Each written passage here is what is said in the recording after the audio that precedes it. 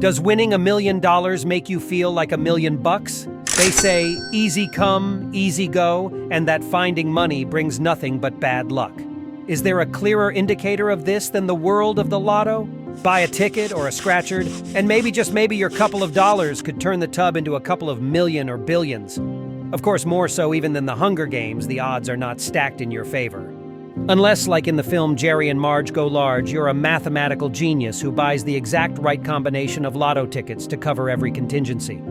But then you have to spend days buying millions of tickets, organizing, hoping you didn't break any rules, and pay for the tickets. So for all that hard work, you might as well have earned the money. But if you do get lucky and win the money, do you get to keep it? All too often, no, as the expression goes, the house always wins, and these three winners prove that easily won is easily lost. Jack Whitaker's big heart can still be broken. Jack Whitaker won the $314 million Powerball jackpot, the biggest lottery prize of its time, with the prizes now usually topping $1 billion. The West Virginia construction worker loved giant cowboy hats, and now could afford the biggest ones around to match his outsized personality. Because the only thing bigger than Whitaker's hats was his heart, and he gave money away hand over fist to churches, waitresses, charities. In the end, he felt cursed. His house burnt down, his wife left him, his daughter and his granddaughter died in tragic consequences.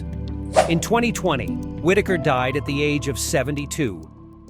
Lara and Roger Griffiths split the winnings lost twice as fast. Lara and Roger Griffiths won a couple of $1 million and celebrated shortly after with a divorce. Roger lived the rock star lifestyle and released an album that didn't make much impression on the charts. Lara lived the high life with high-end cars, handbags, and everything else in the lifestyles of the rich and shameless. Even their daughter went to a fancy private school.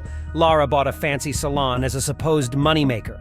But in a world where a supercar starts at $1 million, a handbag $10,000, and a fancy school tens of thousands a year, then $2 million doesn't last long, especially when you split.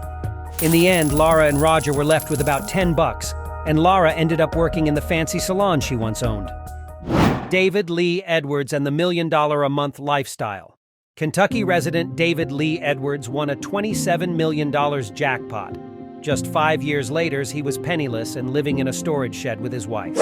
They burnt through $3 million in 3 months. $1 million a month. The maths is 27 months of happiness. Then what? They aimed to find out by year's end $12 million was gone. By 2006, they turbocharged the experiment by adding drug addiction to their expensive tastes in cars, clothes, and homes. David Lee Edwards died alone and broke in hospice care at the age of 58. It had been quite the ride, but in the end, all rides came to an end. Mickey Carroll. Mickey Carroll was only 19 when he won the British Lotto jackpot of $11.8 million, soon dubbed by the UK tabloids Lotto Lout. There were rumors he collected his winnings with a court-ordered electronic monitoring tag. He spent much on drug-fueled partying, jewelry, cars, the rest he just wasted, buying an estate in Wales where he would drag his expensive cars, including an A-Team-style van. By 2016, he was back to working in a slaughterhouse for a few $100s a week. And in 2021, his ex-wife took him book and remarried him after divorcing him over his relations with sex workers. The way back where he started from, which in the world of lotto winners may be classed as a win, because surely that's the lesson of being a lotto winner. All it is money is hanging on to what you come into millions of dollars with, your friends, family, all those that you love. And maybe you'll come out the other side in one piece. Watch our next video, you'll feel like a winner. If you want to see more exciting content, why don't you subscribe and hit the notification bell for more new videos to come? See you next time.